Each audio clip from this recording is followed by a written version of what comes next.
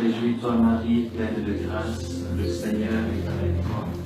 Tu es bénie entre toutes les femmes, et Jésus, le fruit de ton sein, est béni. Sainte Marie, Mère de Dieu, prie pour nous pauvres pécheurs, maintenant et à l'heure de notre mort. Amen.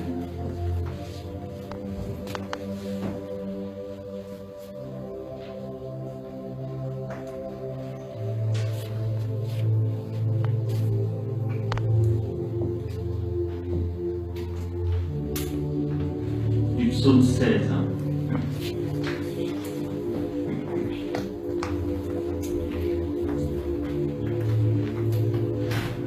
Seigneur, ma part d'héritage et ma coupe, c'est toi qui garantis mon lot.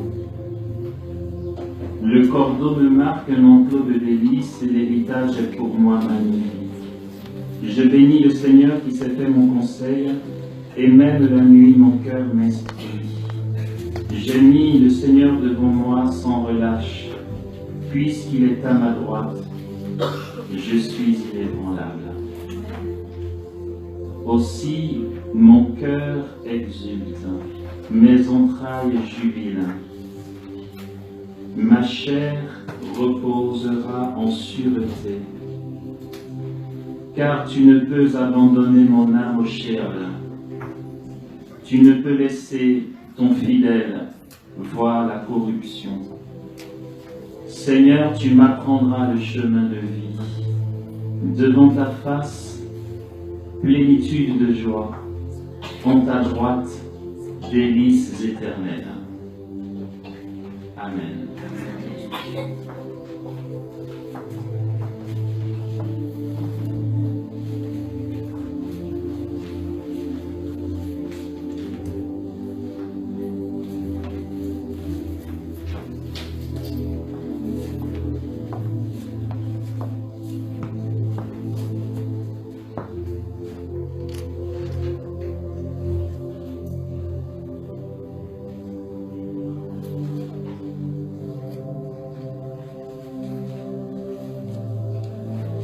Nous étions en mission en Côte d'Ivoire. C'était lors de mon dernier séjour. C'était à Boaké, je l'ai signifié tout à l'heure, une ville de la Côte d'Ivoire. Lors d'une retraite, un de mes confrères prêtres, au moment du repas, me disait, mais Amos, je suis mal barré. Je dis, ah bon, pourquoi? Il dit, mais ce que tu as dit pendant l'enseignement, c'est chaud. Ok. Tu as dit de ne rien faire, mais de tout recevoir de Dieu, de se recevoir de Dieu. Mais sur ma paroisse, j'ai initié ça, et puis ça, et puis ci, et puis ça. Donc il ne fallait pas que je fasse. Je dis non, Padre, c'est différent. Là n'est pas la question. Tu es prêtre. Dieu ne l'aurait pas permis, tu ne le serais pas été. Tu ne l'aurais pas été. La nuit tombe. Du moment que tu es prêtre et que tu as une paroisse, il faut que tu fasses ce que tu as à faire. Je lui ai dit, comme tu le sais, tu es prêt pour gouverner, sanctifier et enseigner. Et c'est ce que tu fais, tu prends des initiatives liées à ton service en Église. C'est différent. Il disait ça parce qu'à la suite de Saint Louis-Marie Grignon de Montfort et de Saint Alphonse-Marie de Liguori, mais Jean-Paul II aussi en parle, le tout confirmé par les messages de Marie à Medjugorje. Oh non, le soleil, je veux bien. J'ai pas super chaud. Merci Armand. Donc tout cela confirme ce que Marie dit à Medjugorje. À Medjugorje, Marie dit, chers enfants, priez à mes intentions. Les vôtres, je m'en occupe. Et le saint de Montfort exhorte à tout faire en Marie, par Marie, avec Marie et pour Marie. C'est hard. Au début, quand j'ai entendu ça, je dis, n'exagère pas un peu. Mais finalement non, parce que si on a compris le principe qu'on a développé tout à l'heure, à savoir ce qu'est l'éternité, où il n'y a pas d'événements successifs et il n'y a pas d'espace. On n'en a pas beaucoup parlé, mais dans l'éternité, il n'y a ni temps ni espace. C'est dans la création qu'il y a l'espace. Il y a ceux qui sont derrière, il y a ceux qui sont devant. Mais s'il n'y a pas d'espace dans l'éternité, alors le paradis, ce n'est pas un lieu. Le paradis, ce n'est pas un endroit. Le paradis dont on parle, c'est un état. D'abord et avant tout. Alors, logiquement, s'il n'y a pas d'espace, on ne peut pas dire Dieu est là-bas et les saints sont ici, en train de l'adorer. Je continue à m'embrouiller là. Mais parce qu'il est tout en tous dans le paradis. Si tu touches le Saint, tu touches Dieu. Parce que il est Dieu.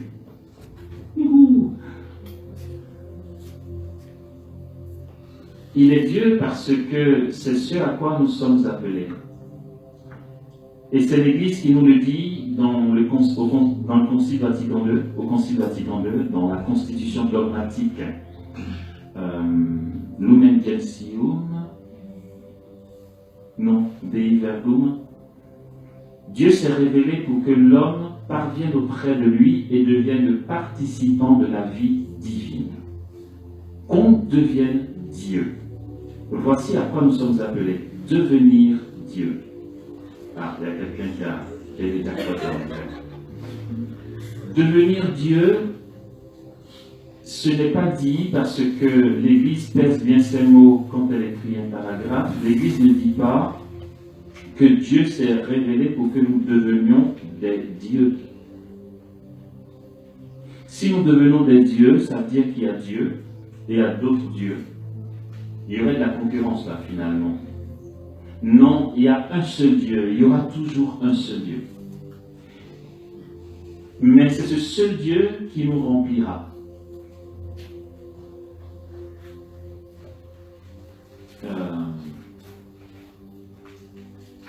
Je ne sais pas quel exemple donner pour étayer. Il y a une ampoule là qui éclaire toute la salle. C'est la lumière qui est là. Là-bas, c'est la lumière. La source est ici, mais là-bas, c'est la même lumière. Vous voyez un peu? Ok, Dieu est Dieu. Dieu est tout en tous. Voilà. Nous sommes Dieu de Dieu. Autrement dit, nous sommes en Dieu, au point d'être déifiés. Et si c'est lui qui transparaît par nous, non pas seulement transparaître, mais s'unir à nous. J'aime bien citer cette petite parole que dit le prêtre pendant la messe. Ça dit bien la chose. Au moment de l'offertoire, on n'entend pas, mais il dit, au moment où le servant de messe vient avec le vin et avec de l'eau.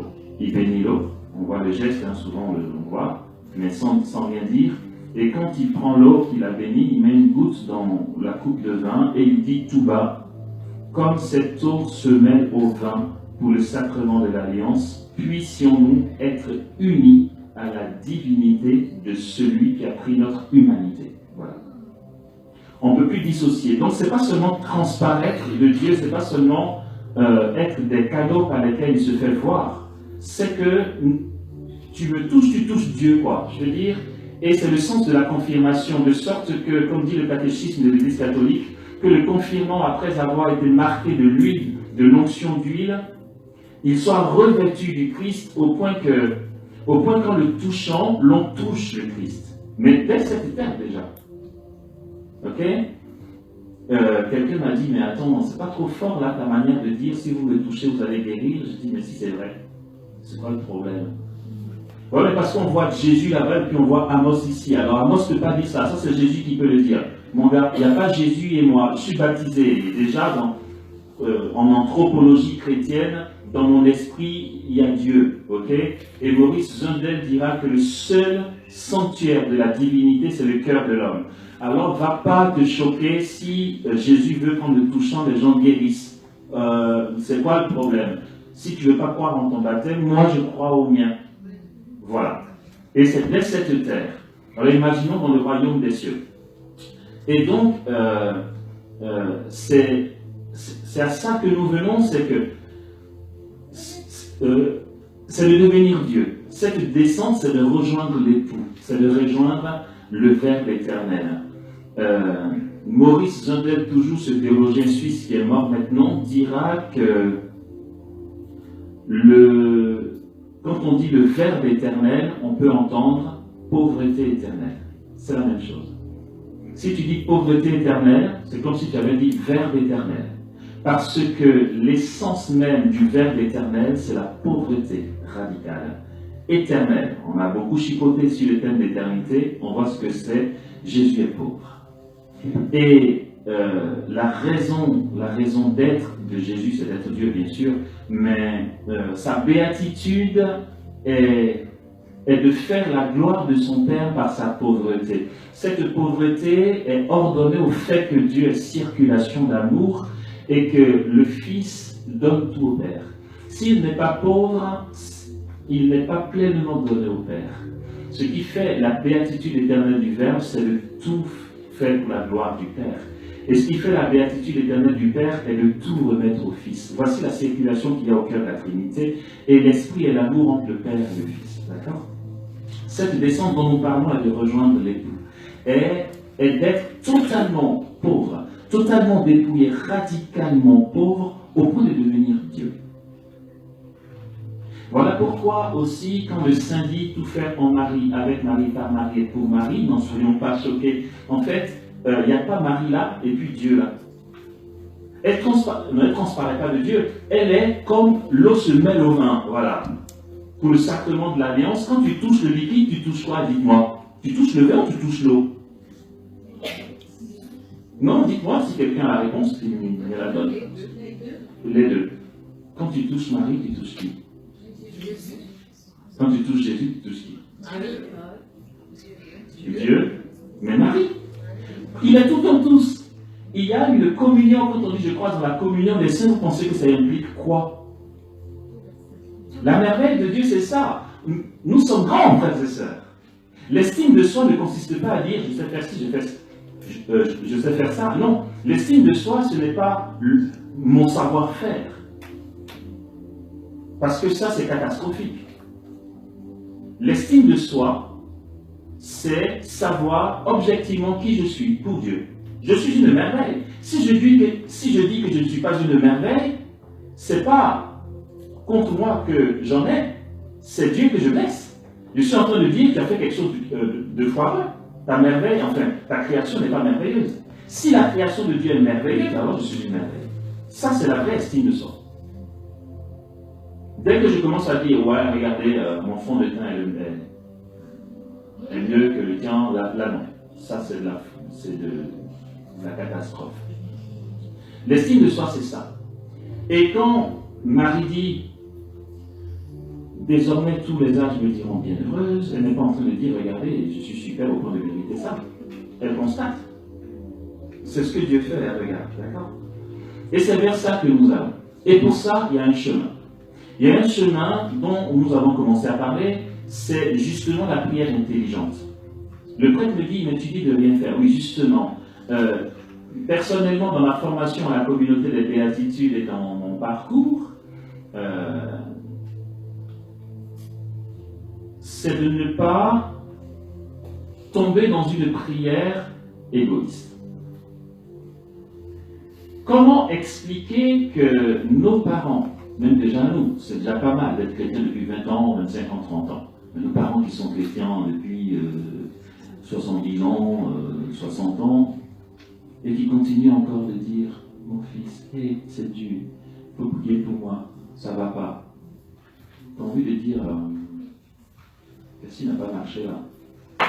Ça fait 60 ans que tu fais la messe toutes les semaines, au moins. Ben, parce que nous avons des prières égoïstes. Nous prions mal, comme dit Saint Jacques. Il faut tomber dans la prière intelligente. C'est une chose de passer 1 heure devant Jésus à lui dire « Je veux une nouvelle monture, je veux une nouvelle monture, je veux une nouvelle monture de lunettes, une nouvelle monture de lunettes, une nouvelle monture, je ne sais pas si tu comprends, une nouvelle monture de lunettes, pendant 1 heure. » Jésus est capable de faire ça. C'est bon, t'as fini? Bonne soirée. Tu auras ta monture de lunettes. Tu vas dire, waouh, ma prière est puissante. Un autre va dire, je viens 1 heure devant toi et je plonge dans ton éternité pour t'aimer. Et là, Jésus a la latitude de poser ce qu'il veut en toi. Le problème, c'est que celui qui demande la monture de lunettes, il oublie que ça va se casser un jour. Et qu'il reviendra. Bon, déjà, je suis reconnaissant pour la monture dernière. J'en veux une autre. J'en veux une autre. J'en veux une autre. Ça va durer 50 ans. Et après 50 ans de vie chrétienne, il viendra dire à celui qui n'a que 6 ans de vie de prière intelligente, « Ah mon fils, j'ai appris que Dieu fait des miracles par tes mains. » Bon, moi j'ai une spécialité pour avoir les montures de lunettes, c'est pas un problème, mais maintenant je veux de nouvelles boucles d'oreilles. Mais ça, je ne sais pas faire ce que tu peux faire pour moi. Et puis j'ai envie de dire, tu sais quoi, si tu venais simplement dans ma présence à passer du temps en moi, je t'aurais donné une foi capable d'avoir 10 montures si tu veux, tu changes tous les jours. Mais tu es resté 50 ans à demander une monture de lunettes, une monture de lunettes. Ben écoute, comme je t'ai créé libre et que je ne t'oblige à rien, je ne peux pas te donner des grâces que tu ne te disposes pas à recevoir. Finalement, comme nous disions, c'est se recevoir de Dieu. Et ça implique quoi? Ça implique de vivre pour Dieu.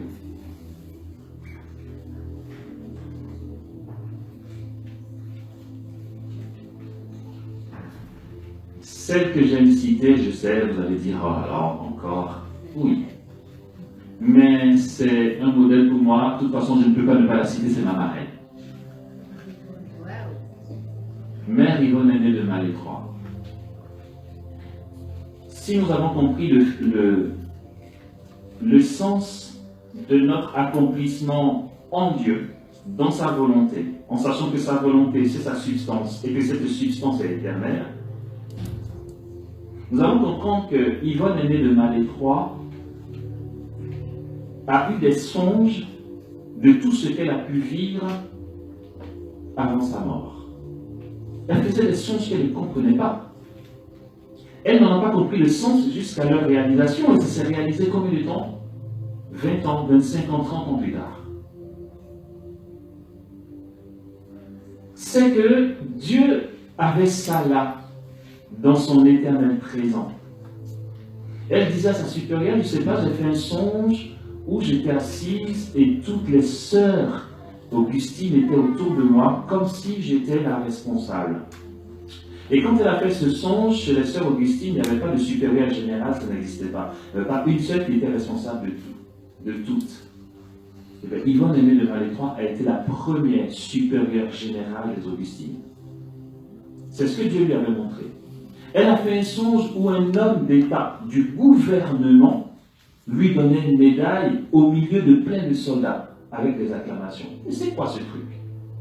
Elle a été décorée par Charles de Gaulle. Oui. Et pourquoi? C'est génial. Parce que les soldats ont témoigné au général de Gaulle qu'il y a une sister qui nous a évité de mourir. Je t'assure, général, elle était au front avec nous. Une religieuse? Ouais. Comment ça? Elle était au fond. Vous savez quoi? Non, mais c'est génial d'avoir des instants d'éternité. Yvonne Aimée de Malétroit était au front avec les soldats. Et ils ont témoigné que quand ils devaient prendre une balle, la sister était là d'un coup, comme si elle apparaissait de nulle part. Et elle se prenait les balles à leur place. Comme un gilet pare-balles. Elle a sauvé plein de soldats français. Ils ont témoigné. Et les religieuses du monastère ont dit, mais comment, quand est-ce que tu étais à la guerre? Mais non, j'étais dans ma chambre en train de faire mon devoir d'État. Elle dit, ok. Elle avait le transport dans l'esprit. Elle était là où Jésus avait besoin qu'elle soit. Et qu'a-t-elle fait, frères et sœurs? Qu'a-t-elle fait? Je vous assure, rien. Elle n'a pas plus fait que les autres religieuses. Comme dit Sainte Faustine, pour les religieux et religieuses, la volonté de Dieu à faire n'est pas compliquée. Tu es dans une communauté, il y a la règle de vie. Tu as ton programme de la journée, tu le suis. Le soir, tu vas te coucher. Un jour passe, 2 jours passent, 3 jours passent, le jour où ta mort arrive, tu meurs. Dieu dit, merci d'avoir fait ma volonté. C'est tout simple, tu vis ta règle et c'est bon. Yvonne Aimée était au monastère, qu'a-t-elle fait? Ce que les sœurs faisaient, elles faisaient. C'était l'heure de la cuisine, elle faisait la cuisine. Elle passait la serpillière, elle partait à la messe, elle était au chapelet, elle était à l'adoration, comme tout le monde, pas plus et pas moins. Pourquoi elle a vécu tout ça? Mais parce que bien avant qu'elle rentre au monastère, Dieu avait ça dans son éternelle présence. Ça faisait partie de son plan d'amour sur sa vie. Et pour que ce plan d'amour se réalise, frères et sœurs, il n'y a pas à aller dire « Seigneur, je veux faire différemment que les autres. Moi, je vais faire ci, je vais faire ça. Et puis d'ailleurs, je vais commencer à préparer, à acheter un terrain, construire une grande salle. Comme ça, je serai le leader qui va rassembler des foules et tout. Mais vas-y, fais tes jeux, mon gars, on verra si ça va aboutir. » Tu es là où tu dois être. Et Dieu fait. Se recevoir de Dieu. C'est ce que je disais, et puis le prêtre a dit, mais j'ai initié des choses. Il dit, mon père, vous êtes très bien. Mais voilà, ne rien faire pour soi. Et petite confidence, mais à grande échelle, bien sûr. Ephraim me disait, tu sais, le Baal Shem Tov est venu me voir. Vous le connaissez, le Baal Shem Tov? Non. Le Baal Shem Tov est mort. C'est un mystique juif. Mais ce genre de choses aujourd'hui, peut-être que vous, ça va vous surprendre. Là, je ne vous dis pas les choses plus confidentielles parce que je n'ai pas le droit, mais ça, je peux en témoigner puisqu'il en parle dans un enseignement. Quand il fait ça, je dis, mais à quand ma victoire? Il te dit, Thérèse est venue me parler, Joseph m'a dit ici. Mais c'est pas étonnant, il a joué le jeu, il s'est retiré avec ses potes pour se cramer. Oui, ça paye. Il dit, le Baal Shem Tov est venu me voir. La première fois qu'il m'a parlé de lui, je ne connaissais pas non plus. Il m'a dit, tu ne connais pas le Baal Shem Tov? Le voici, il y avait une photo de lui. C'est lui, d'accord. Alors, une fois, il m'a dit, il est venu me voir, il m'a dit, revois ta prière. Elle est encore trop centrée sur toi. Évolue. Et ça, il n'y a pas longtemps, quand je pense qu'après toutes ces années, il faut encore qu'on lui dise ça, je me dis vraiment, on a du chemin à faire. Elle est encore trop centrée sur toi. Il faut que tu donnes, oublie-toi. Oublie même la brosse à dents que tu n'as pas. Passe du temps en Jésus pour l'aimer. Et si d'intercession il doit y avoir, prie pour les autres. Oublie-toi. Mais en total. Et il me le partageait. Et c'est ce que Jésus attend de nous. Yvonne Aimée a vécu ce qu'elle avait à vivre. Elle s'est engagée chez les religieuses et elle y est allée à fond. Et tout ce qui était prévu dans la volonté éternelle de Dieu s'est réalisé, elle l'a constaté. Pour cela, il faut s'engager à l'union à Dieu, dans la prière. Dans la prière intelligente. Quand je dis dans la prière, n'allons pas entendre la prière pour demander la monture de lunettes. C'est la prière pour passer du temps en Dieu. Plonger dans l'éternité. Dans l'adoration, ou dans l'oraison. De forme de prière, il y a des prières à caractère obligatoire dans l'Église. Quand on dit obligatoire, c'est une obligation d'amour. L'Église n'est pas une secte et nous ne sommes pas des esclaves. L'obligation d'amour, c'est si tu as le souci d'aimer Dieu, alors telle prière ne la rate pas. Exemple, la messe du dimanche. Jean-Paul II a été jusqu'à dire que si tu rates volontairement la messe du dimanche, tu es censé t'en confesser. À caractère obligatoire. Il y a comme prière à caractère obligatoire, donc la messe du dimanche, les solennités. Les dimanches, c'est les solennités, mais il y a des solennités qui arrivent en semaine. Hein. Ascension, par exemple. Ascension, ok. Pentecôte, c'est tout le dimanche. Voilà. Il y a aussi l'adoration, à caractère obligatoire. Mais l'adoration obligatoire dans l'Église, c'est une fois par an. Je dis ça. C'est à caractère obligatoire. Si en dehors du jeudi saint, tu ne fais jamais l'adoration, Dieu ne te le reprochera pas. La confession, à caractère obligatoire 3 fois par an. La veille de Noël, la veille de Pâques, et quoi? Non, c'est tout, 2 fois. Oui, 2 fois. Et quoi? Oui, enfin, vous n'avez pas décembre aussi? Non. Non.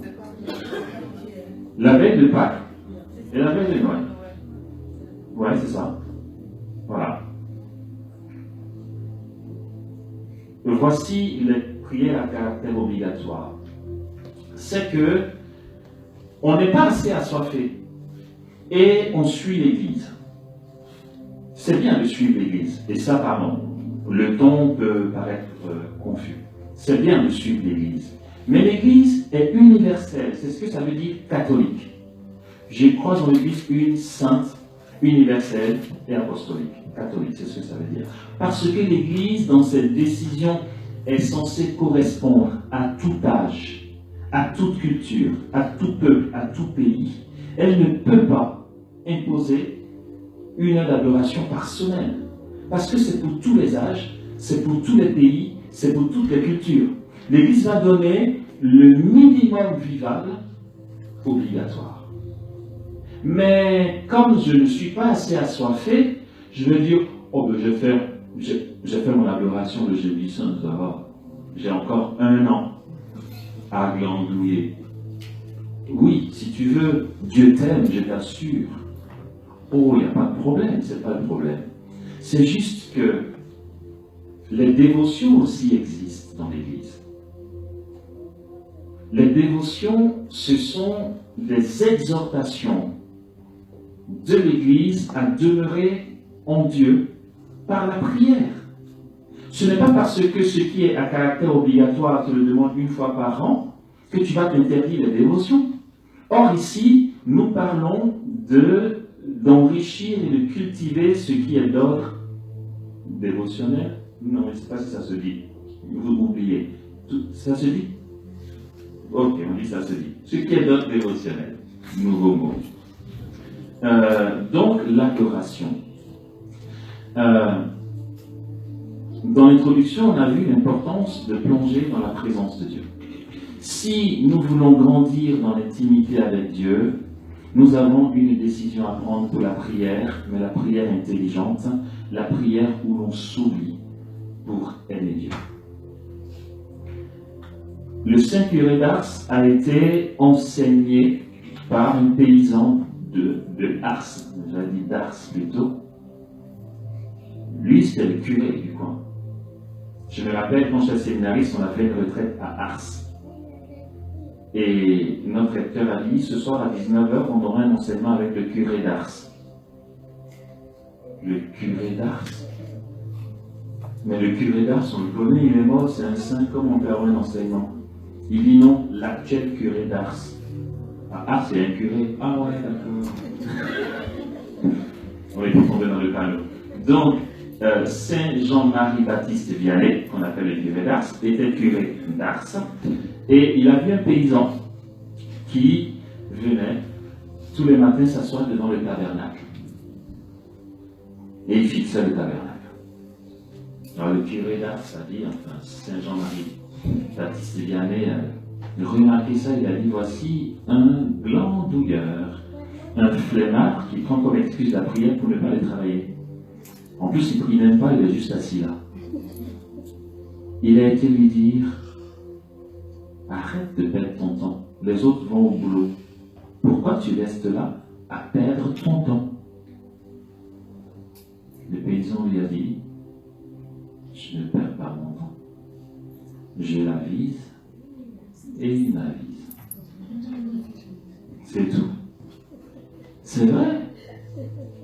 Même le curé d'Ars s'attendait à une prière, Seigneur. On va casser, on va briser. Et puis, tu es puissant là, il aurait dit, ah ouais, il prie. Oui, ça a son sens, hein. Je veux dire, les prières d'autorité, ça existe. Je ne suis pas en train de dire que c'est pas bien. Okay. Là, on va parler de l'oraison du cœur à cœur, mais on pourra aussi parler des prières d'autorité, des confessions victorieuses. Je ne suis pas en train de dire que c'est pas bon, attention.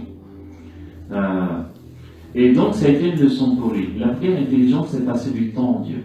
Voilà. Et comment on s'y prend? Pour faire oraison. Alors, vous avez dû entendre parler souvent de l'expression oraison et aussi de l'expression adoration. Ok. Les deux consistent en une adoration de Jésus. Et c'est le même cœur à cœur. C'est le même rapport interpersonnel. Interpersonne. Interpersonne. Pourquoi je ne suis pas chinois? Ça va être plus simple. C'est le même rapport à Jésus. C'est juste que pour Thérèse d'Avila, elle donne une petite distinction des deux. Elle dira que l'adoration consiste à adorer Jésus présent dans le Saint-Sacrement de l'autel, et l'oraison consiste à adorer le même Jésus mais qui est présent dans notre cœur. Quand tu adores Jésus, pareil, mais que tu adores sa présence en toi, tu fais oraison. Quand c'est devant le Saint-Sacrement, tu fais adoration. Ça, c'est la définition de Sainte Thérèse d'Avila. Saint François de Sales définira l'oraison comme le fait de mobiliser toutes ses facultés humaines orientées vers les réalités célestes. C'est aussi une autre définition de l'oraison. Ça ouvre la porte. Ça veut dire que si je suis simplement là et que je mobilise ma pensée, mon imagination, ma volonté pour me rendre présent à la présence de Jésus, je me mets en état d'oraison. Cette forme de prière est pratique, hein, parce que même si je suis au fin fond de la prison la plus noire, personne ne peut m'enlever l'oraison. Ok.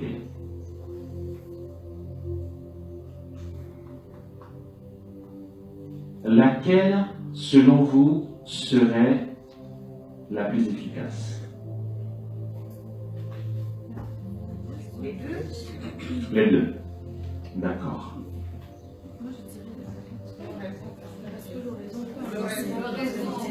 Alors, une personne à la fois. Vas-y. Moi, je dirais l'oraison parce que peu importe l'endroit où on se trouve, on arrive quand même à communier avec. Elle dit que c'est l'oraison parce que peu importe l'endroit où on se trouve. Non, ça, c'est le côté pratique. Si j'avais dit lequel est plus pratique, oui. Lequel est plus efficace? C'est plus efficace. Laissez-la finir, ouais. Pour moi, c'est plus efficace parce que c'est Jésus qui est dans notre cœur. C'est plus efficace parce que c'est Jésus qui est dans notre cœur. Ok. C'est l'adoration. C'est l'adoration. Et pourquoi? Parce que je suis devant Dieu. Et Parce c'est que, lui qui fait. parce que vous êtes devant Dieu Et c'est lui qui fait. et c'est lui qui fait. Même si je dors, même si je suis en train de somnoler ou distraite, il est là, il D'accord. contrôle le moment. Donc, ok. Pour toi, c'est l'adoration parce que on est devant Dieu et c'est lui qui fait. D'accord. Un troisième avis pour départager. Ici, il y a oraison, ici, il y a adoration. Non, personne? Les deux. D'accord. Ok. 3 avis, mais rien n'est départagé. Super. L'adoration, c'est Jésus qui est présent dans l'Eucharistie. Elle va finir et puis vas-y. Oui, l'adoration, Jésus est là, il est présent dans l'Eucharistie. L'oraison, étant donné qu'il a dit, il est partout. Au ciel, sur la terre, entre eux, il est là aussi. D'accord. Donc, dans l'oraison, il est là. D'accord. D'accord. Derrière. Oui, vas-y. L'oraison, parce que dans l'oraison, tu vas chercher Jésus. D'accord. Ok, oui. Est-ce que quand on est très fatigué, on peut faire l'oraison? Est-ce que quand on est très fatigué, on peut faire l'oraison? Question. Ok, on va continuer, on va avancer.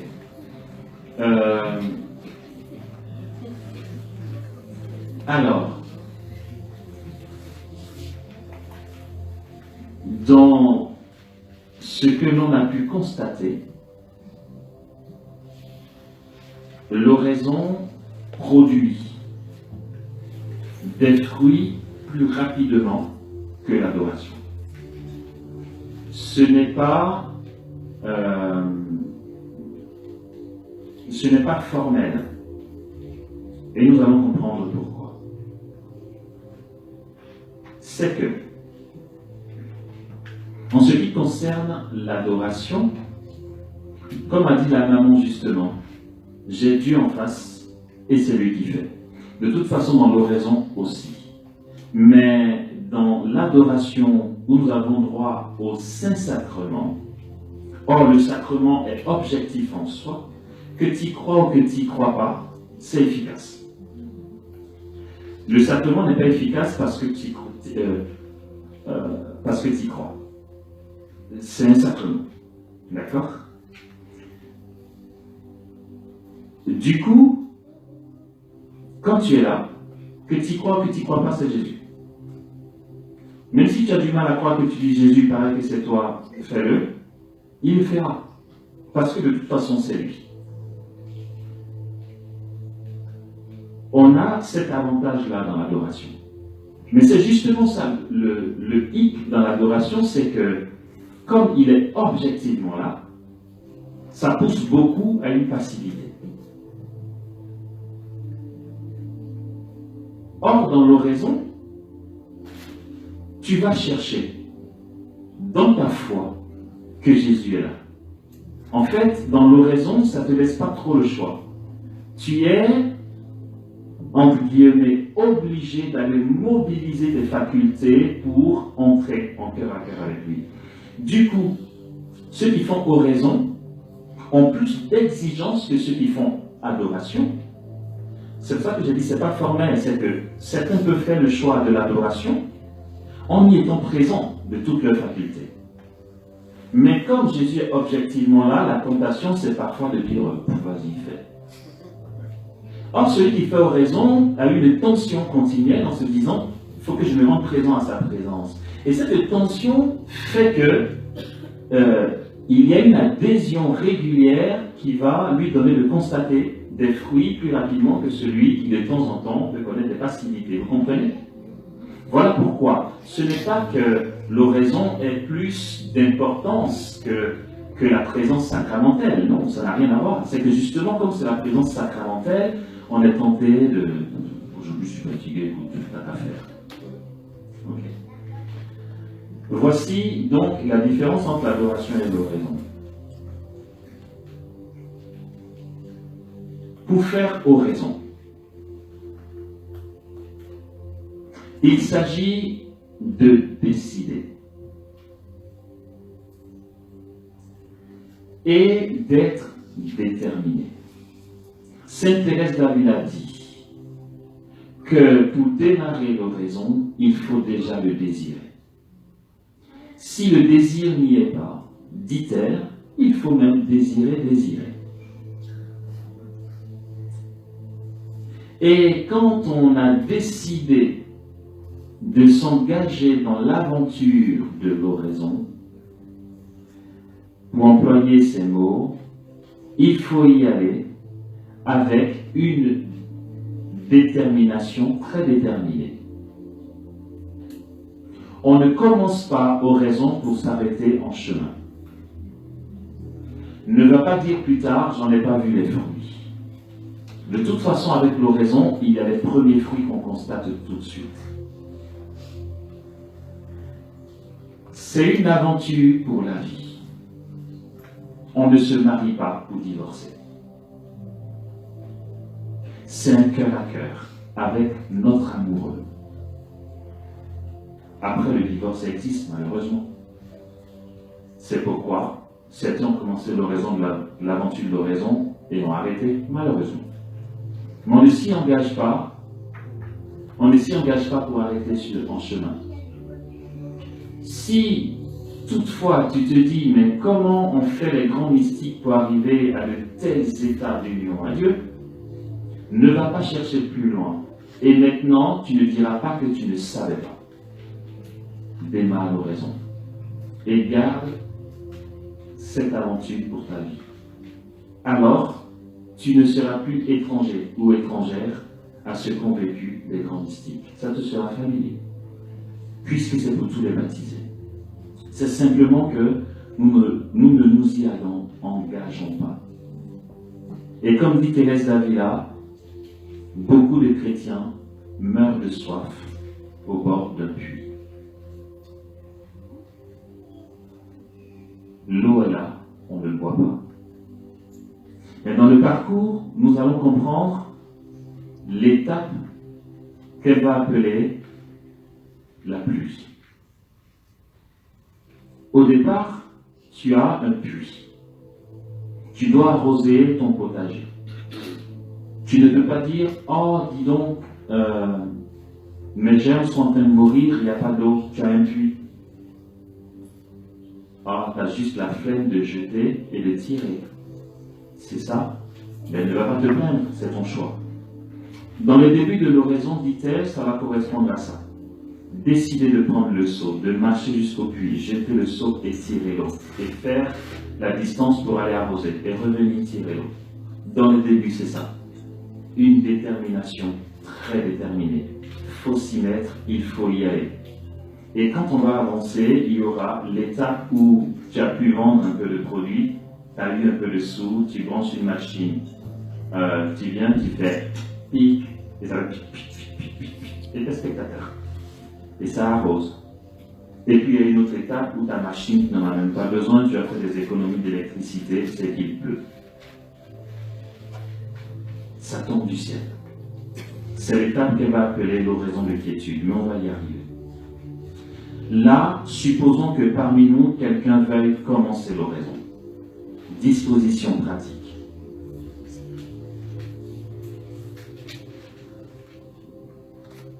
Alors, on peut gagner en temps et aller prendre un goûter, si toutefois personne n'est intéressé par ça. Est-ce que certains souhaitent démarrer l'aventure de l'oraison? Ou encore, attendez. Ou encore, est-ce que certains souhaiteraient un jour commencer l'oraison de l'aventure? Si c'est le cas aussi, j'en parlerai. Comme ça, le jour où vous êtes prêts, vous avez les moyens. Alors, on va prendre le goûter ou on en parle? Je sais, je vous embête. C'est vrai? Ok. 3 minutes et puis on fait la pause de 3 minutes. Vous voulez qu'on continue? Oui, On n'est pas fatigué. Ok. Je suis un chrétien. Je veux commencer l'oraison. Comment adorer Jésus présent dans mon cœur? Il ne faut pas que ça reste abstrait. Première étape. Décider. Une fois qu'on a décidé, on signe le contrat. Un CDI. C'est un CDI. c'est vrai quoi, attends, Dieu ne nous appelle pas pour nous proposer des CDD, je vous en prie. CDI. Quand on décide et qu'on s'y met, on fonce. Ok. On se dit, allez, je vais y aller. Quand ça s'est franchi comme étape, il faut se faire un programme. Alors, le conseil que donnent les pères du désert, c'est que l'oraison et ou l'adoration ne sont pas vraiment porteuses quand c'est moins d'une heure. C'est pédagogique, juste. Mais dans l'apprentissage, on admettra que certains essayent l'oraison 15 minutes, 20 minutes. Mais c'est vraiment pour voir, pour prendre ses repères et ses marques. D'accord? Mais sinon, l'heure est pédagogique. Parce que nous sommes en mouvement, intérieurement. Nos pensées partent en vrille. Notre corps est fatigué. Le temps qu'on s'assoit, qu'on décide vraiment, allez, bon, allez, je voulais pas faire oraison, finalement je décide. Tout ça, tu perds les secondes. Jésus, d'accord, faisons. Le temps que tu sois là, que tu te décides à plonger, déjà que tes distractions partent, que ton activité stressante parte et tout, 15 minutes à peu près, vraiment pour être détendu, commencer à plonger, voilà.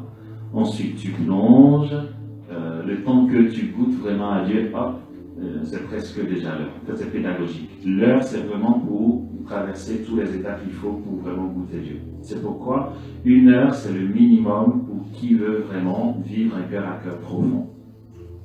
Donc on se fait un programme et on décide dans notre programme de l'heure à laquelle on veut faire oraison. Et l'idéal est d'avoir notre temps d'oraison tous les jours. Je dis l'idéal, parce qu'on peut avoir un travail prenant qui fasse qu'on ne puisse pas faire oraison. Mais ce qui est cool avec l'oraison, justement, c'est que tu sois dans le train, dans l'avion, entre midi et 2, tu peux te poser dans un coin, tu fais ton oraison. Voilà. Donc l'idéal est d'avoir son temps d'oraison tous les jours. On fait notre programme. Parlons un peu du programme avant d'avancer. Je suis libre de faire oraison lundi de 9h à 10h, mardi de 18h à 19h, mercredi de 13h à 14h, etc. On n'est pas obligé de mettre la même heure. C'est pas obligé. Du moment que ce soit écrit et prédéfini. Je m'explique. Ne change pas ton heure d'oraison par fantaisie. Ça veut dire quoi? Oh, je souhaitais faire oraison tous les jours de 9h à 10h. Lundi, j'ai respecté. Mardi, j'ai respecté. Mais mercredi, à 9h-5, quelqu'un m'a saoulé au téléphone. Alors du coup, j'ai dit, mon oraison, je ferai le soir. Voilà, tant pis. Non. Si mercredi, ça doit être à 18h, décide-le à l'avance. Je dis, ne change pas d'heure au gré de ton humeur.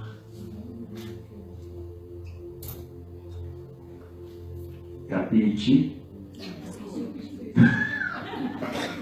C'est très simple, on dit capisci, on dit capisci. Je vais faire l'italien. Ok. Donc, se faire un programme avec des heures prédéfinies. Si vous voulez à la même heure toute la semaine, vous faites. Ou la même heure les jours ouvrables, et puis le week-end, vous changez. Mais du moment que ce soit écrit, c'est que, d'une part, si vous respectez ce qui est prédéfini, le combat spirituel ne vous gagnera pas. Parce qu'il y en a un qui n'est pas content que vous soyez dans l'union à Dieu, qui est capable d'une manière ou d'une autre de créer un événement juste avant que tu pries. Il sait que à cause de cet événement-là, comme tu es très susceptible, quelqu'un va te faire un truc, tu vas mettre, allez, je devais faire à 10h, je vais le faire à midi. Puis vers midi aussi un autre truc. Tu vas traverser la journée, tu n'auras pas prié. D'une part. Pour ne pas se faire avoir par le combat spirituel, on décide de l'heure et on s'y tient. Secondo, pourquoi c'est intéressant de s'y tenir en dépit du combat spirituel, c'est que si c'est à 10 heures que je fais mon oraison, ce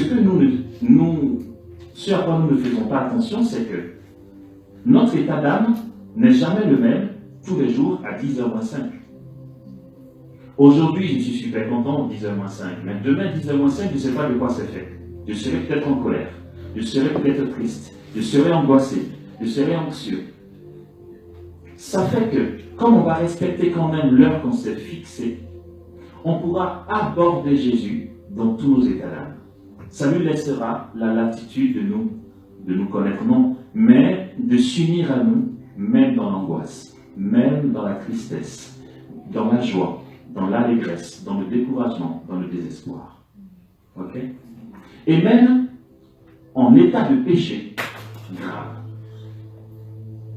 Parce que, frères et sœurs, ne nous disons pas, non, mon oraison vraiment, je la fais généralement à 7h, de 7h à 8h, mais hier soir, j'ai eu un rendez-vous galant qui a mal tourné. Donc aujourd'hui à 7h là, franchement, je ne suis pas assez propre pour aller voir Jésus. Non, s'il vous plaît. La parenthèse, c'est que quand nous nous égarons, si nous voulons savoir la pensée de Jésus, quand nous nous égarons, son seul souci, si on peut dire ça comme ça, c'est est-ce qu'il viendra quand même au rendez-vous? Est-ce qu'il ne va pas s'éloigner de moi? Tout ce qu'il souhaite, c'est que tu viennes à lui.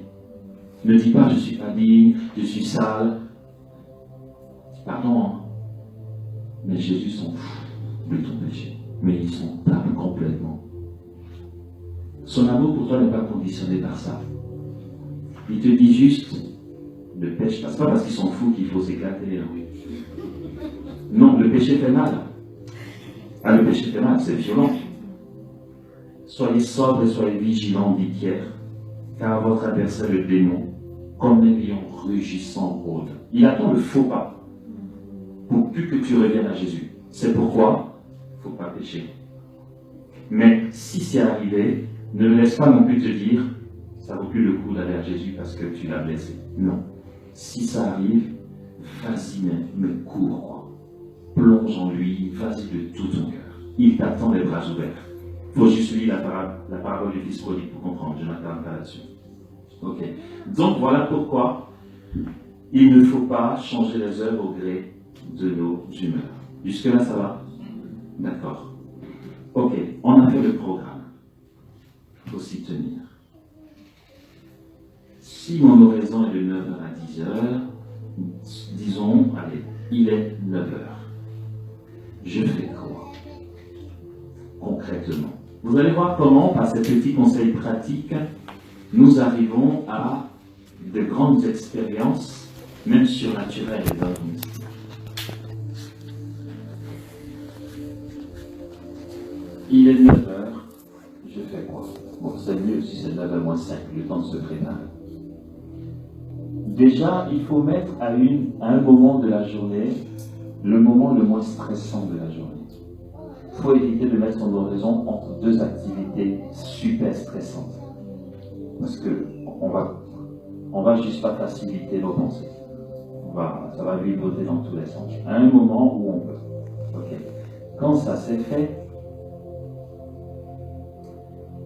on s'installe dans un endroit confortable. On n'a pas l'habitude d'entendre ça. Pas d'assesse chrétienne. Non, pour faire oraison, il faut être confortablement installé. Tu ne rencontres pas ton amoureux Sudérance. Enfin, vous, je ne sais pas.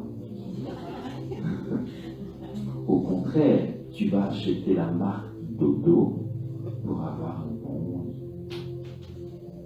Donc, s'installer confortablement. Ne nous donnons pas l'illusion d'une attitude pieuse. Par pitié, ne jouons pas les gens pieux à nous mettre à genoux, du genre comme ça. Pourquoi pas? C'est juste que tu auras tellement mal aux genoux que tu vas oublier Jésus dans ton oreille.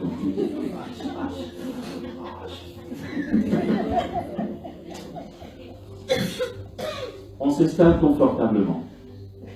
Un fauteuil bien. Mais vraiment, le lieu le plus confortable que vous avez chez vous.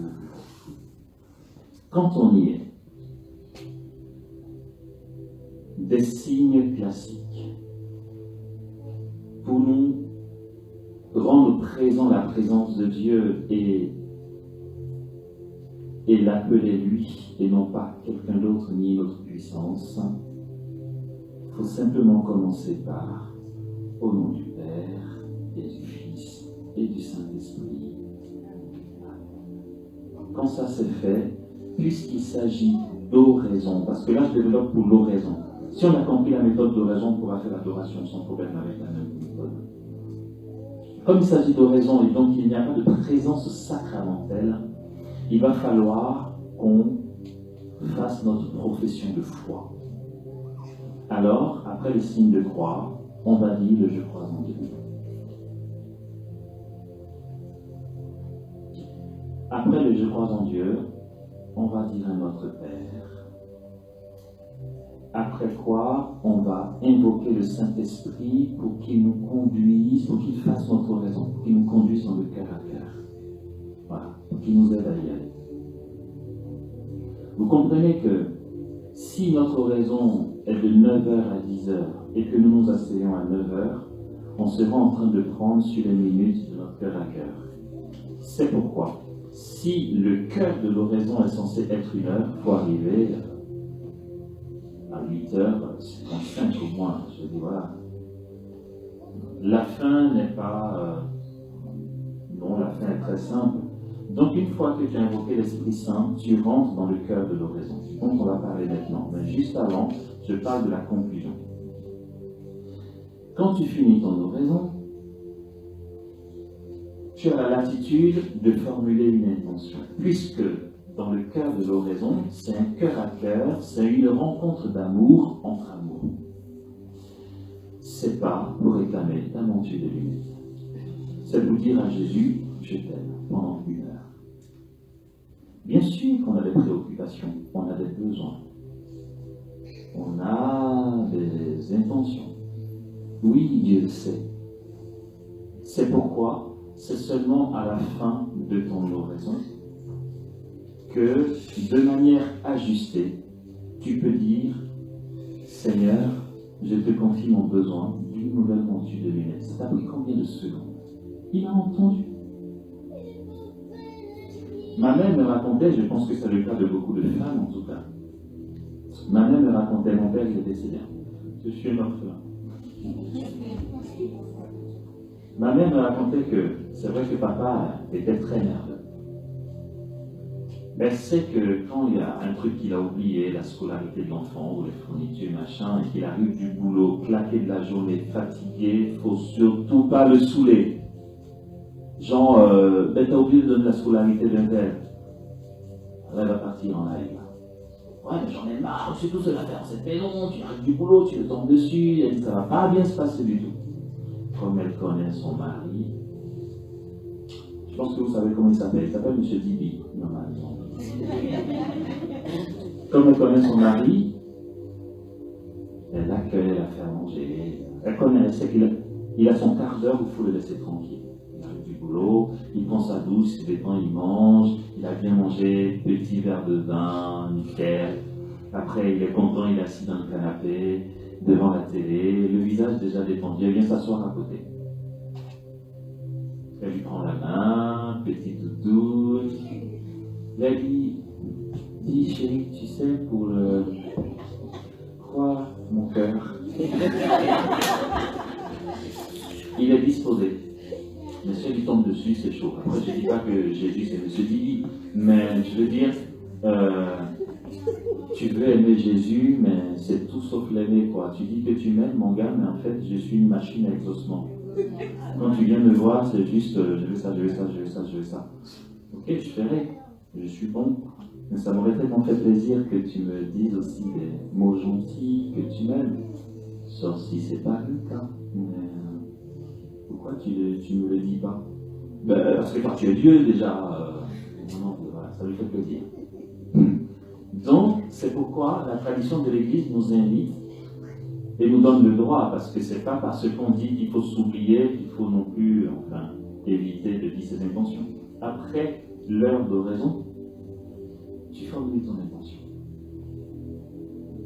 Et avant même que la parole soit sur tes lèvres, il le sait. Tu viens de passer 1 heure où tu as plongé en lui. Qu'est-ce que tu crois? Il te connaît, il voit les profondeurs, tes pensées, tes besoins. Vous allez vous rendre compte que, à force de faire oraison, au moment de donner les intentions, à un certain moment de votre vie d'oraison, ça sera plus la peine. Au moment où on va te dire, maintenant vas-y, tu peux demander, tu vas dire, non quoi, parce que ça va enfin, ça va, tout va bien. J'aime bien cette personne que je connais à Paris, ça c'est un bel exemple pour moi, c'est que mon responsable, quand j'étais à la communauté des béatitudes, me l'a confié. Il a dit, écoute, frère Amos, c'est toi qui vas la suivre spirituellement. Ok, on ne se connaissait pas. On a fait connaissance. Au début, on se voyait toutes les 2 semaines sur 3 mois. Ensuite, c'était 1 heure tous les mois. Mais je vous assure, les 3 premiers mois, purée, ce que j'avais prévu, on ne voyait pas du tout. C'était plein de questions. Mais pourquoi l'Église dit que ça? Mais pourquoi quand je prie à ça? Quand je suis distrait, je fais comment? Mais après, quand quelqu'un m'énerve, je fais quoi? Et puis quand assis, c'est quoi? Oh purée. Je passais l'heure à répondre aux questions. Dans ma méthode d'accompagnement, je ne dépasse pas l'heure. Sinon, après, ça devient un ferrage. Quand l'heure est finie, on se revoit dans 1 mois. Donc, l'heure finissait comme ça, mais elle a démarré l'oraison. Et plus le temps passait, souvent, elle m'appelle.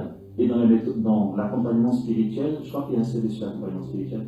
Dans l'accompagnement spirituel, il faut éviter que la personne que tu accompagnes t'appelle tous les 4 matins. Oui, j'ai fait un cauchemar, j'ai fait quoi? Et on se voit dans 1 mois. Ou du moins, il reste 3 semaines. Tu m'en parleras. Oui, mais c'est urgent, c'est maintenant. Non, non, on se voit. Tu m'en parleras quand on se verra. Vous allez voir que 3 semaines plus tard, quand tu vas dire, alors c'était quoi? Elle va dire, oh, ça va, c'est pas ben oui, c'est pas vrai. Ça va, il n'y a pas. Donc, celle-là, en fait, bien sûr, je n'acceptais pas qu'elle m'appelle entre les temps d'entretien. Ok? Et puis, plus ça allait, elle a commencé sa vie d'oraison. Plus ça allait, plus les questions diminuaient. Jusqu'à ce qu'à un moment, l'accompagnement spirituel ne prenait plus l'heure. Je disais alors, tel point, qu'est-ce que tu as à en dire? Ça va. Et ça? Ça va. Est-ce que tu as des questions? Ça va. Ok, tout va bien dans le meilleur des mondes. Ça ne veut pas dire que ces soucis n'existent plus. C'est que l'oraison te pacifie tellement que tu es en Dieu, quoi. Et là, tu goûtes ce que dit Thérèse d'Avila, Dieu se suffit, tout n'est rien. Tu es unifié de l'intérieur. On s'agite beaucoup parce qu'on n'a pas de cœur à cœur. Je vous assure, dans l'oraison, on s'unifie à l'intérieur. Quelqu'un t'a giflé, les 5 premières minutes, tu es dans tous tes états, et puis finalement, tu... Mais pourquoi pas? Pourquoi pas? Pourquoi on ne me giflerait pas? Ben, pourquoi pas? Ça existe, on gifle les gens, pourquoi pas moi? Voilà, voilà, ça fait ça. Et donc, voilà, les questions étaient quasi inexistantes. Et aujourd'hui, c'est moi qui lui envoie du monde pour l'accompagnement spirituel. Mais elle est tellement posée, je me suis surpris une fois. On s'est vu à Paris, on prenait un café dans la causerie, j'ai commencé à dire, ouais, tu sais, purée, mon programme à bilan, machin. Elle dit, mais pourquoi tu ne fais pas ci? J'ai dit, mais ouais, mais quand je fais ci, ça donne ça. Et en fait, je me suis retrouvé à me confier à elle. Elle m'écoutait. Et puis, elle m'a donné des conseils, mais elle m'a ajusté, quoi. J'ai dit, waouh. Non, ça, en fait, c'est pas mon mérite, c'est l'oraison. Ça nous apprend.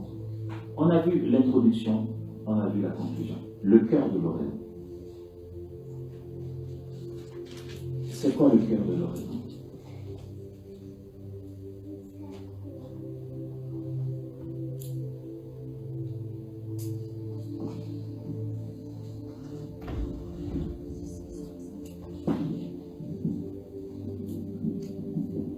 C'est vous qui avez dit pas de pause, hein. On continue.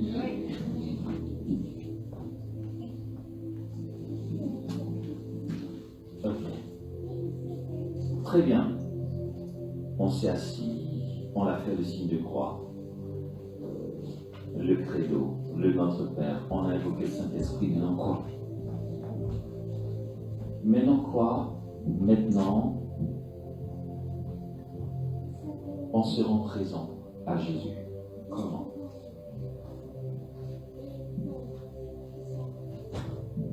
Je ne m'inquiète pas de ce que je vais dire maintenant, puisque c'est accessible à tous, vu que j'ai que les êtres humains en face de moi. L'imagination. L'imagination. À moi, on pensait que j'allais nous dire un truc super mystique. L'imagination. J'ai pas dit l'imaginaire. Imagination. Tout à l'heure, je vous ai dit qu'on en parlerait. L'imagination, c'est une puissance de l'âme. Puissance, étymologiquement, c'est énergia en grec. Et quand le grec dit énergia, c'est le potentiel. Ça va donner énergie en français. C'est le potentiel. L'imagination est une puissance de l'âme. C'est un potentiel de l'âme. Et donc,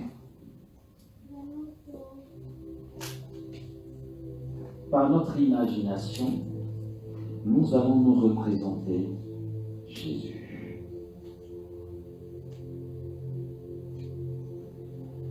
Autre définition de l'imagination que je donnais tout à l'heure, c'est la capacité que l'on a de mettre en image ce que l'on vit. Je le redis, on ne peut pas imaginer ce qu'on ne vit pas. Et ça, c'est le point d'impact de notre raison. On va imaginer Jésus. Nous avons des besoins dans l'âme qui attendent depuis le temps où on n'a pas eu une vie élaborée de prière. Ces besoins qu'on ne va pas spécialement savoir nommer seront comblés. Et je vais vous dire techniquement comment ça se passe. Je nous donne un exemple. Si tout de suite, je nous dis, fermons les yeux, c'est pas le cas, hein. Si, toutefois je dis, fermons les yeux, détendons-nous. Que chacun s'imagine dans les bras de Dieu le Père. On reste là 30 secondes, et si plus tard, et si après, je demande comment vous l'avez vécu, vous allez voir. Ce que chacun aura imaginé ne sera ordonné qu'à son vécu. D'autres vont dire, je ne sais pas, j'y arrive pas. J'arrive pas à m'imaginer dans les bras de Dieu le Père. D'autres vont dire, ah vraiment tout de suite c'était bien, je ne voulais même plus arrêter. D'autres encore vont dire, non, j'arrivais pas à l'imaginer, c'était abstrait. Pourquoi? Si l'on va plus loin, on va se rendre compte que celui qui dit « j'arrive pas à m'imaginer dans les bras de Dieu le Père » a une histoire douloureuse avec son Père de la terre. Si tu n'as pas connu la tendresse paternelle, tu ne pourras pas t'imaginer dans les bras de Dieu le Père. C'est inexistant dans ton fichier. Tu ne pourras pas.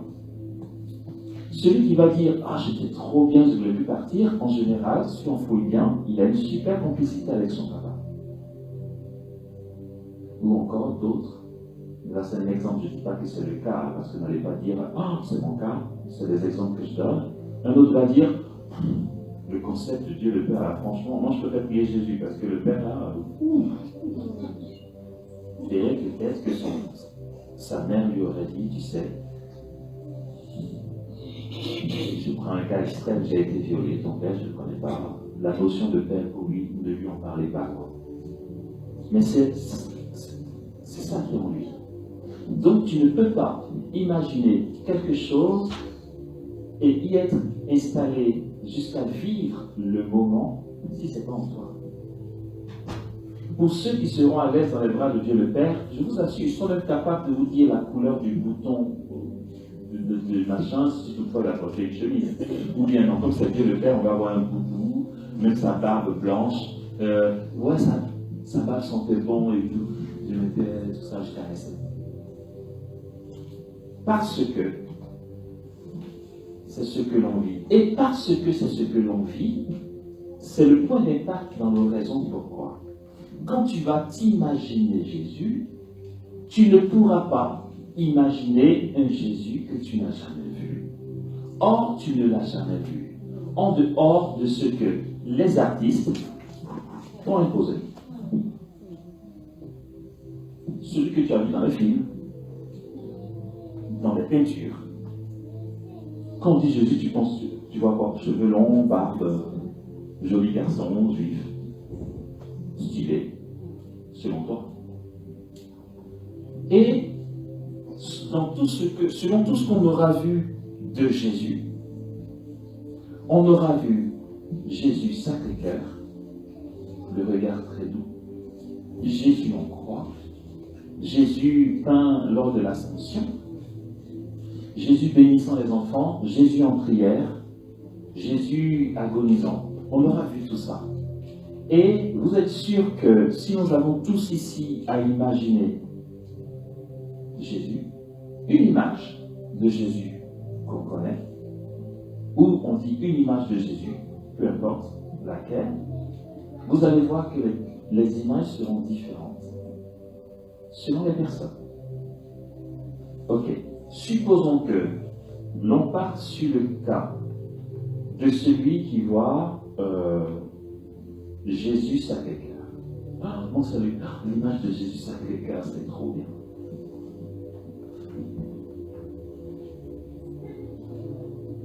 Pourquoi c'est Jésus Sacré-Cœur? Vous allez dire, mais non, Jésus en croix, c'est bien. Il va dire, ouais, bon, ouais, c'est une belle peinture, c'est Jésus quand même, je le respecte, mais non, c'est pas ça. Mais pourquoi toi, c'est pas ça, et que lui, c'est ça? C'est que pour toi, Jésus Sacré-Cœur répond à un besoin en toi que tu ne sais pas nommer. C'est pourquoi c'est le lieu de ta rencontre, déjà. C'est pourquoi, si tu imagines même la peinture de Jésus Sacré-Cœur, ne crois pas que ce soit juste fictif. Jésus t'attend là, dans cette image de lui, oui. Il sera au rendez-vous. Et en disant, Jésus, je t'aime, le vrai Jésus, réellement là, oui, le prendra pour lui. Il ne t'attendra pas ailleurs. Il ne te dira pas, mais non, ça ce n'est qu'une image, moi je suis ailleurs. Non, mais parce que justement pour l'aborder, tu as besoin de passer par cette image-là. Dans ta relation à lui, cette image de lui te parle, et il a besoin, à travers cette image, de rejoindre l'endroit où tu as besoin. C'est le point d'impact. Je vous assure que le plus beau et le plus grand des métiers du monde, c'est d'être artiste peintre. Je vous assure. J'alimente vos prières, moi, peintre. C'est pourquoi à la galerie Amos, je propose des Christ africains, des Vierges Marie africaines. Pourquoi? Parce que les images de Jésus qu'on a, ce sont des images qui viennent d'Italie ou d'Europe. Et puis les artistes africains ne nous proposent rien. Aujourd'hui, si vous voyez un de mes Christ africains, ça ne va pas spécialement vous parler parce que vous avez fait du chemin. Mais pour les générations qui viennent, s'ils ont le choix, une de mes peintures va faire partie de leur oraison.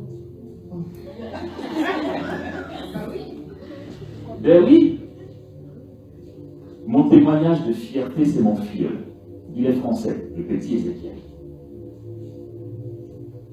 J'aime trop. J'ai pris une photo avec mes peintures, j'ai fait des cartes postales, et je lui ai envoyé une carte postale d'une de mes peintures. C'est un Christ africain enseignant. Et je lui ai envoyé un petit mot pour son anniversaire, il avait 4 ans. Et ses parents posaient juste au chevet de son lit, et tous les soirs avant de dormir, ils font la prière devant ça. Il a 4 ans. Bien sûr qu'en balade avec ses parents, il a vu un Africain, il a dit, papa, Jésus. Eh oui, on y arrive. Ah, mais oui, c'est un enfant. C'est parce que nous, aujourd'hui, on est habitués à voir Jésus blanc dans les films. Mais je vous assure, la galerie Amos va révolutionner la prière avec quelqu'un. Petite digression, ça va. Pourquoi pas? Ok. Donc, bon, hein, on avance. Je regarde l'heure. 40 minutes. Il reste 40 minutes avant 18h. Ok. J'irai pas plus loin. Non, on va continuer quand même 15 minutes. C'est pour laisser la place aux questions. Sauf si c'est pas la peine. C'est la peine. Ok. On avance un peu. Alors, on est au stade de voilà. On choisit une image qui nous parle. Et dans un chemin qui paraît tellement ordinaire, Jésus sera en train de faire son travail. On va faire oraison avec l'image qu'on aura choisie. Jésus, je suis là avec toi. Je vous propose de commencer par un quart d'heure. Le cœur de l'oraison, hein. Je veux dire l'introduction, la conclusion en dehors du quart d'heure. Faites un quart d'heure pendant une semaine. Voyez comment vous vous y sentez. Si ça le fait, commencez 1 heure. Je vous préviens, si vous faites oraison 1 heure, n'en soyez pas surpris, c'est possible que vous ayez des migraines. Oui, ça sera un effort de l'esprit et du mental. Ça s'appelle, par Thérèse d'Avila, l'oraison mentale. Ça sera une concentration. Ok? C'est normal. Mais ça passe. Je veux dire, c'est vraiment les 2 premières semaines. C'est tout. Vous n'allez pas tomber malade. Si vous sentez que vous avez un peu de tension, ne vous en étonnez pas, c'est que vous allez faire l'effort de rester concentré sur Jésus. C'est, voilà, vos facultés vont se mobiliser. Ne vous en étonnez pas. Mais ça passe très vite. Je disais quoi? Donc, oui, essayez par un quart d'heure. Ok. Donc, quand vous allez faire oraison, chaque jour, il y a dans l'oraison différentes étapes. Différentes étapes de sécheresse, des petites nuits. Il y a des fois où... Non, pardon, il faut que j'aille doucement. Je suis stressé par le temps, du coup je veux boycotter. Tout va bien. Il va y avoir différentes purifications. Des purifications dites passives et des purifications actives. Mais c'est des petits. Parce que dans la croissance dans la vie mystique, il y a une grande période, très longue période, de purification active et passive. Mais il y en a aussi des tout petits qui interviennent. La croissance dans la vie d'oraison se fait comme par des creux de vague, de creux de vague en creux de vague, des moments de crise, et quand on en ressort, on en ressort grandi dans l'oraison. On découvre dans notre oraison qu'il y a une évolution, et je veux en parler. Mais cette crise ressemble à quoi? On parle de purification active.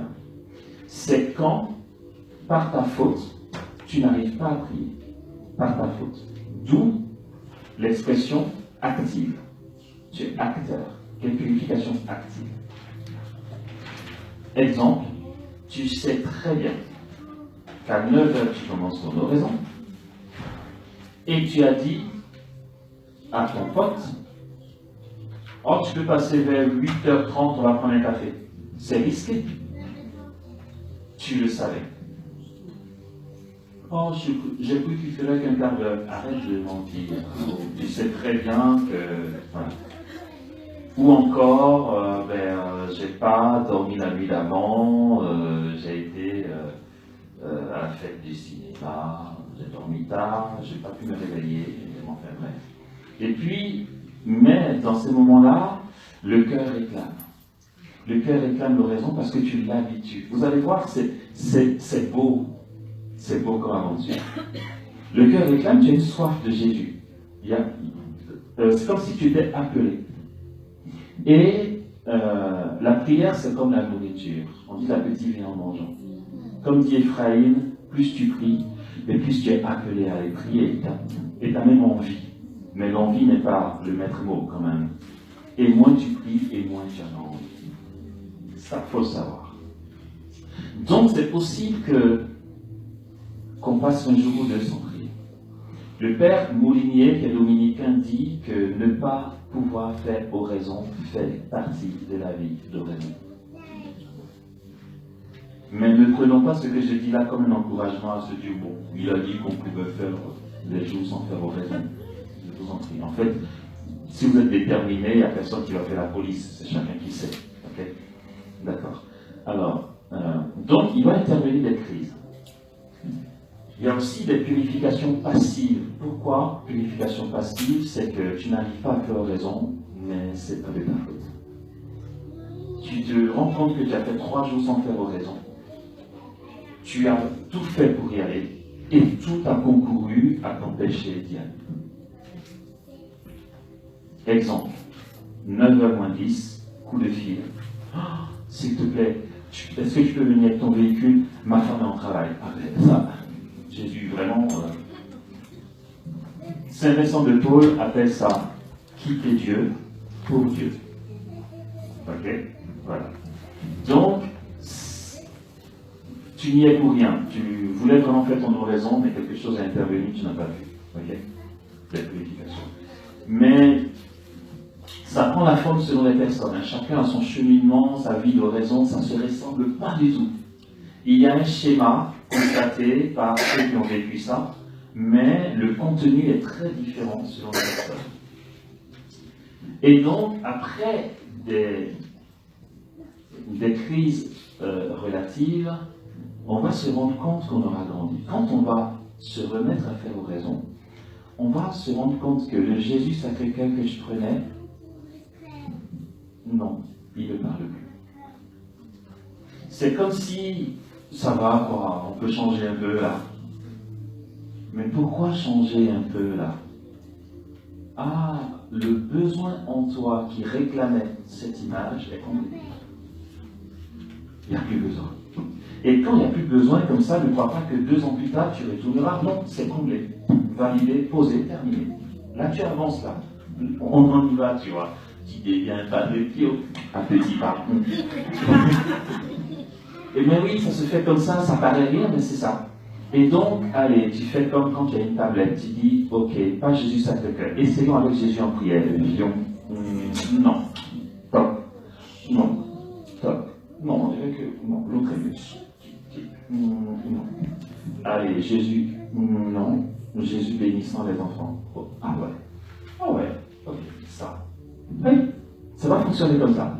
Et du coup, on prendrait une image et on fera notre raison avec.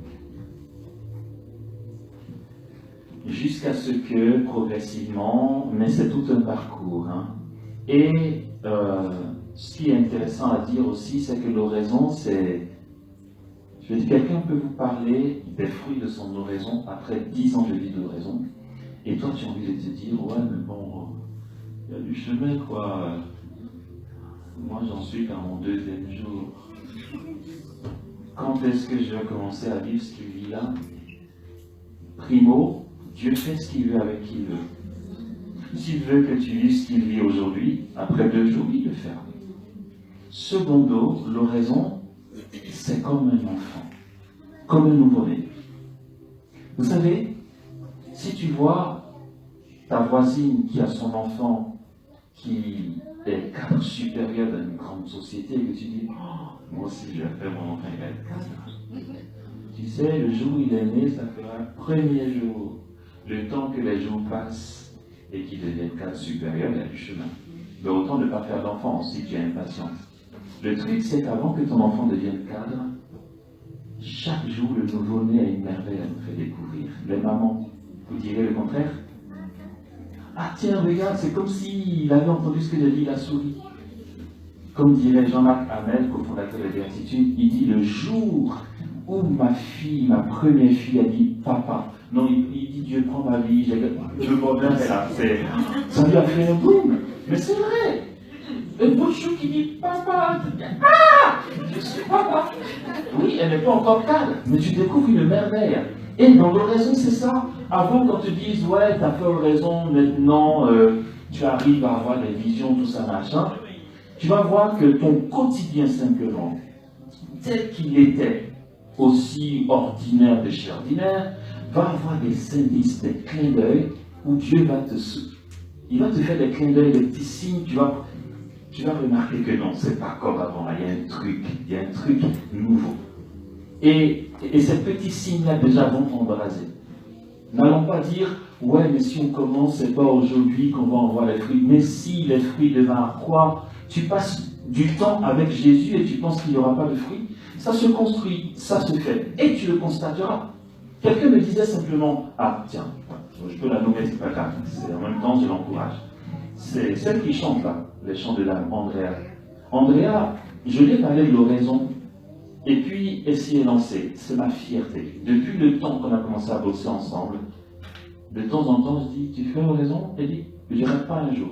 Oh là là, trop bien. Et elle me disait quoi, c'était après 3 semaines, un mois qu'elle a commencé l'oraison, elle me dit, tu vois quelle situation? Avant que je démarre l'oraison, je t'assure, je n'aurais pas laissé passer. Mais là, voilà. Et, oui. Après 3 semaines, déjà, elle constate qu'il y a des choses qui se mettent en place. Voilà. Jean-Luc, qui est coordinateur de LDP à Abidjan, a témoigné à une retraite en disant que, avec sa vie d'oraison, sa femme finit par dire, mais réagis un peu. Tout va bien.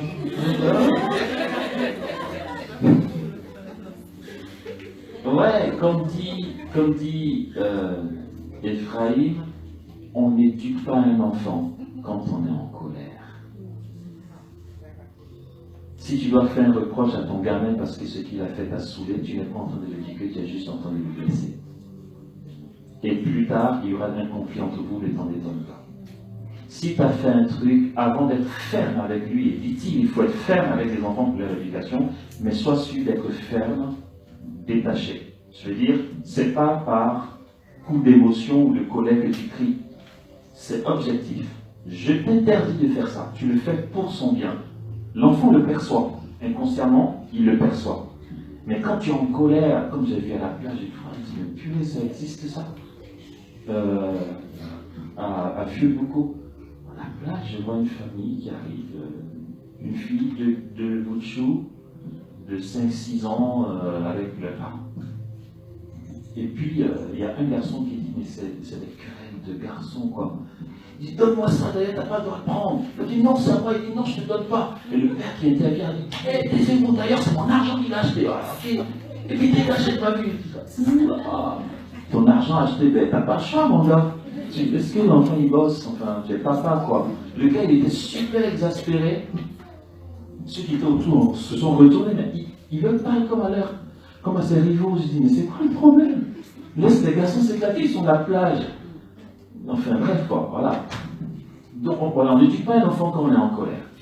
Et tout ça, l'oraison nous l'apprend. Et nous allons voir dans nos relations, dans nos couples, en groupe de prière, au travail, quelque chose va changer. Il y a un truc qui... Je me dis, mais, regarde, habituellement, quand je fais telle chose, tu es censé dire tel truc. Ah ouais, je suis censé? Non, mais là, ça va. Il y a un truc qui a bougé. Ça a bougé. Je regarde là. C'est pas encore là. Ah oui, la question-réponse. Alors,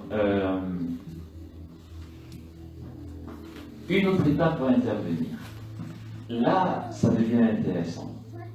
Ça a toujours été intéressant. Mais, en fait, ce qui est beau dans l'oraison, c'est que ce qu'on gagne en grâce et en habitus, ok? Habitus, on dit, j'ai pas dit habitude. Habitus. Habitus, on n'a pas l'habitude d'entendre, c'est en théologie qu'on dit ça. L'habitude est d'ordre quantitatif. L'habitus est d'ordre qualitatif. Ça veut dire qu'il y a des vertus que j'acquiers. Okay? Ce qu'on gagne en habitus ne part pas. C'est acquis. Les dons et appels de Dieu sont sans repentance. C'est acquis. Je vous assure, c'est une bombe atomique, le reste. Ça vaut trop le coup.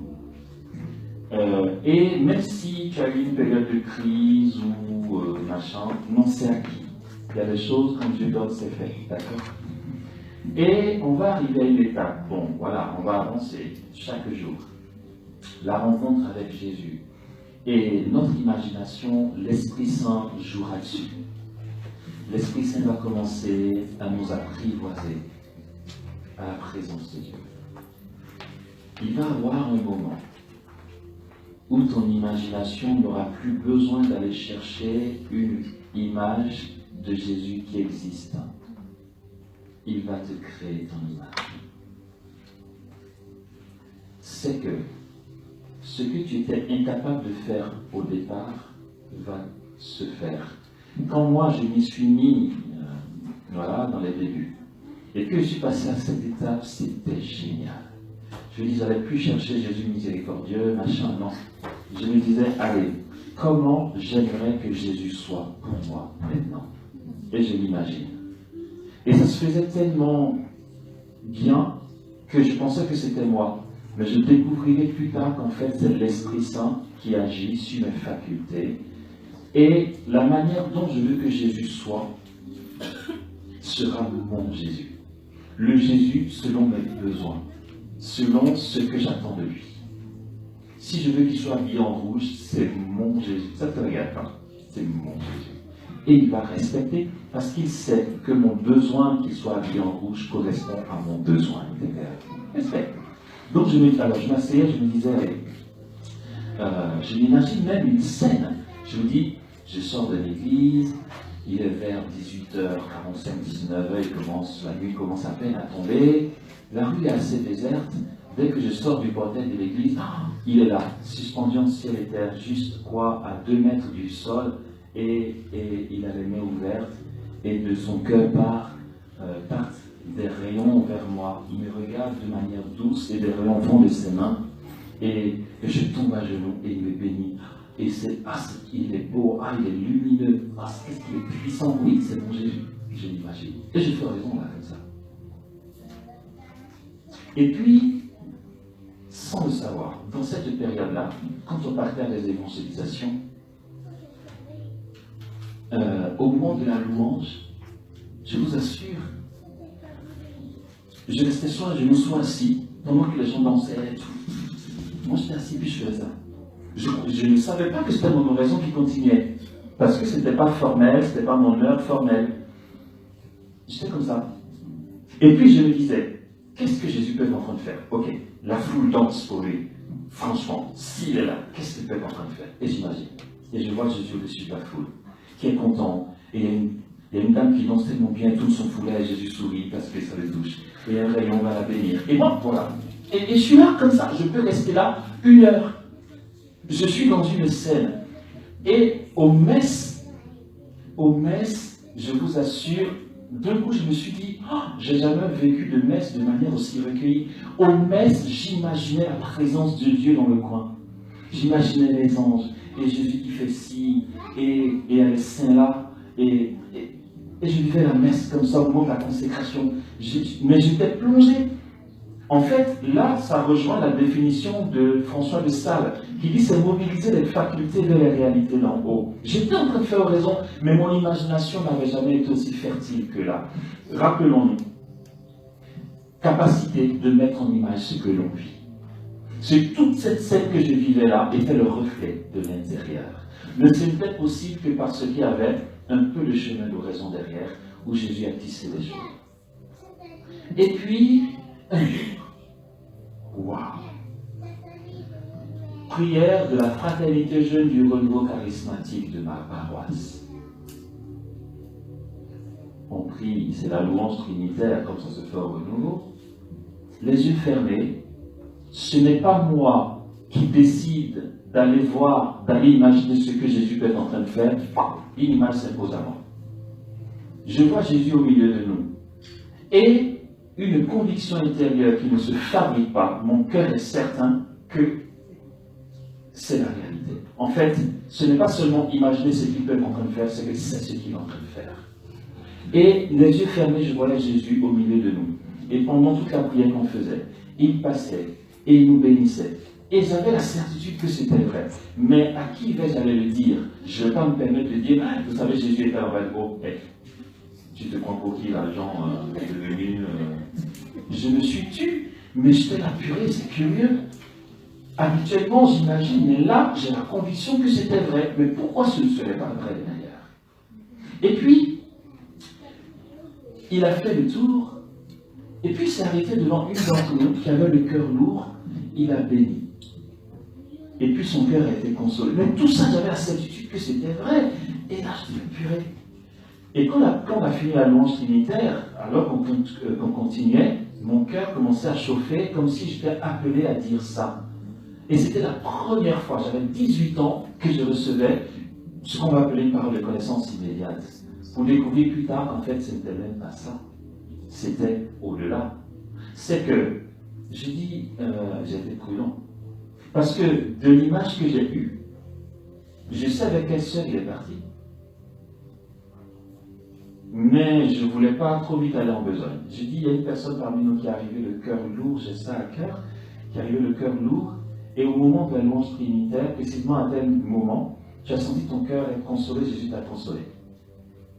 Si la personne se reconnaît, enfin peut-être que je me trompe, faire ça parce que... Et puis, la sœur en question lève la main. Je vous assure, je dis là, waouh!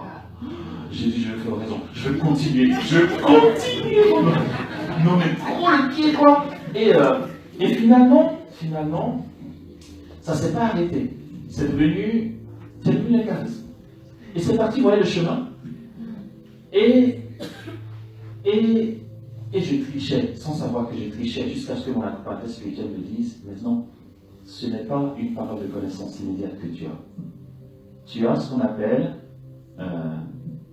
une des dérivées de la parole de connaissance immédiate, ça s'appelle la lecture des cœurs.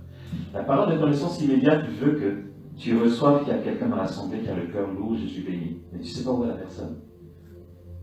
Tu attends qu'elle vienne. La lecture de cœur, c'est que tu vois quelqu'un et pouf, tu sais ce qu'elle dit. Vous comprenez? Sauf que moi, je pensais que c'était une parole de connaissance immédiate. Et j'avais tellement de précision que finalement, je me disais, est-ce que c'est normal que tu aies autant de précision? Parce que les autres donnent des paroles de connaissance immédiate, se disent, ouais, tu as 40 ans, tu es belle, arrière de l'assemblée, mais voilà, ça reste autour de ça.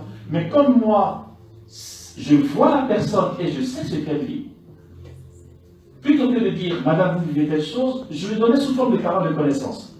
Et j'étais là, mais comme je vois la personne, il y avait tellement de détails que je me suis dit, est-ce que c'est normal? Est-ce que tu n'es pas en train de tricher? Tu vois la personne, arrête de faire comme si tu avais des détails. Parce que je pourrais dire, vous avez une robe bleue, bleu clair, ciel, veste noire, vous avez porté des lunettes, vous êtes assis de tel côté. Mais il y avait tellement de précision que les gens disaient, waouh, mon gars, et moi je disais, ouais. Et mon accompagnateur spirituel dit, non. Si tu vois la personne, désigne-la, parce que là, tu fais l'inverse. Ce n'est pas une parole de connaissance immédiate, tu vois la personne. Si tu continues dans les précisions, c'est de l'arnaque finalement. Je sais que tu ne voulais pas arnaquer, mais je te préviens. Du coup, c'est comme ça que j'ai compris que ce n'était pas la parole de connaissance immédiate, mais la lecture de cœur. C'est venu de l'oraison, c'est venu de ce cheminement de l'oraison. Tu vois quelqu'un et tu sais. Ok? Je voulais dire un truc avant de finir. En fait, c'est pas fini avant de m'arrêter, je veux dire, parce qu'il y a un long chemin encore. Mais qu'est-ce que je voulais dire pour conclure? Écoutez, tant pis. Voilà à quoi va nous conduire cette croissance dans la vie d'oraison. Cela va nous ouvrir à l'aventure à la vie d'oraison, va nous ouvrir à deux temps. qu'on ne verra pas aujourd'hui. C'est pas possible. Qu'on va appeler, selon la spiritualité ignatienne, le temps de consolation et le temps de désolation. C'est super important. C'est super important. Et ça, c'est inévitable dans la vie de l'homme. On ne va pas le développer. D'accord? J'énumère juste. Mais ce que je vous ai raconté là, de la lecture de cœur, j'avais 18-19 ans. Il y a bien d'autres choses. Non, mais c'est magnifique. Je vous assure, c'est époustouflant. Ce que Jésus nous fait découvrir, c'est incroyable. Et dans cette période, je vous assure, ma mère me disait, tu n'exagères pas un peu. Jésus n'a pas dit ça. Regarde tes grands frères, est-ce qu'ils font ça? Parce que c'est vrai, en 14 ans, 17 ans, j'ai eu ma méga grosse crise d'adolescence. Elle a prié tous les dieux des cieux. Et quand je me suis rangé, j'étais dans un tel zèle que c'est là où elle m'a dit, tu es trop excessif dans tout. Oui, mais parce que toutes les semaines, à 18 ans, j'avais droit à ma nuit d'adoration à l'église. Mon grand frère m'accompagnait à 23h30. Il me déposait et à 6h, je rentrais à la maison. Je faisais mon adoration devant les tabernacles de minuit à 6h du matin, tous les mardis. J'avais 18 ans. Je jeûnais tous les mercredis et tous les vendredis. Et j'avais ma deuxième nuit d'adoration, mais à la maison, où quand je m'enferme dans le salon, quand j'ai reçu la grâce de prier en langue, non, je dis ça, je vais exploiter. Non, mais franchement, je ne vais pas avoir ça et je vais faire genre de gâchis. Je m'enfermais dans le salon. J'allumais ma bougie, j'ouvrais ma Bible et je commençais à écrire je ne sais même pas ce que je raconte. De minuit à 6h du matin. Ouais. Voilà, on a été malade. On a été vraiment fous, les gars. Une fois, avec 4 ans, mon frère, il se réveille, peut-être qu'elle était aux toilettes, il entend des coups les coteaux. Il ouvre la porte du salon, il me voit, avant j'avais les yeux fermés, j'ai entendu, mais bon. Il dit, mais tu es malade.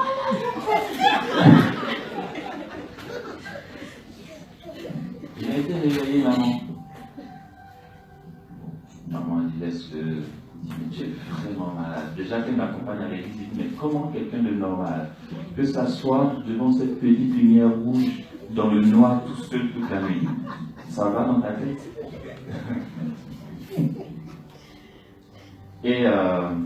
Et donc, je dis des choses, je ne sais plus pourquoi je les dis.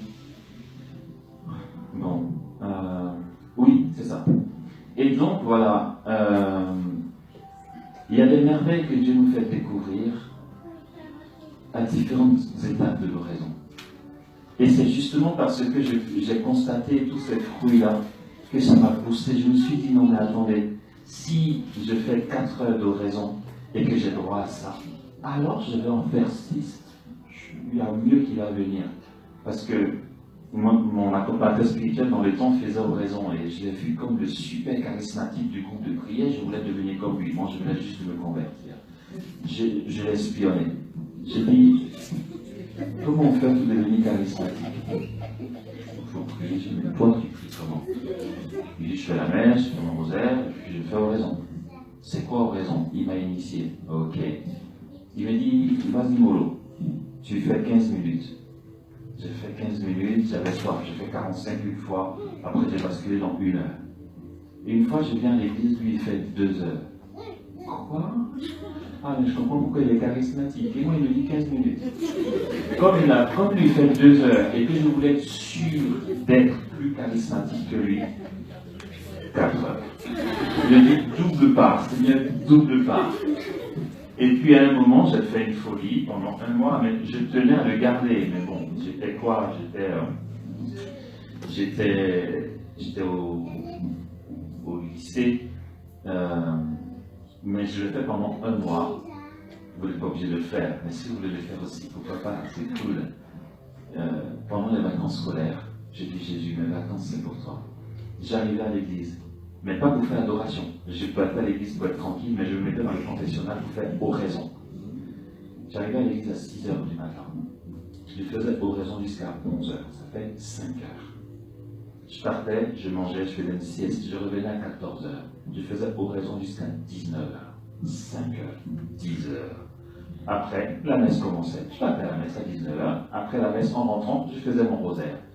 Après mon rosaire, je mange et je ressors marcher 1 heure pour corroborer. Et je venais me coucher. Quand tu comptabilises, franchement, ça faisait à peu près autour d'une quinzaine d'heures de prière dans la journée. J'ai fait ça pendant 1 mois. Ma copain spirituelle dit, bon, tu sais, la vie chrétienne, c'est aimer Dieu et son prochain. Si les autres ne peuvent jamais te voir, c'est chaud.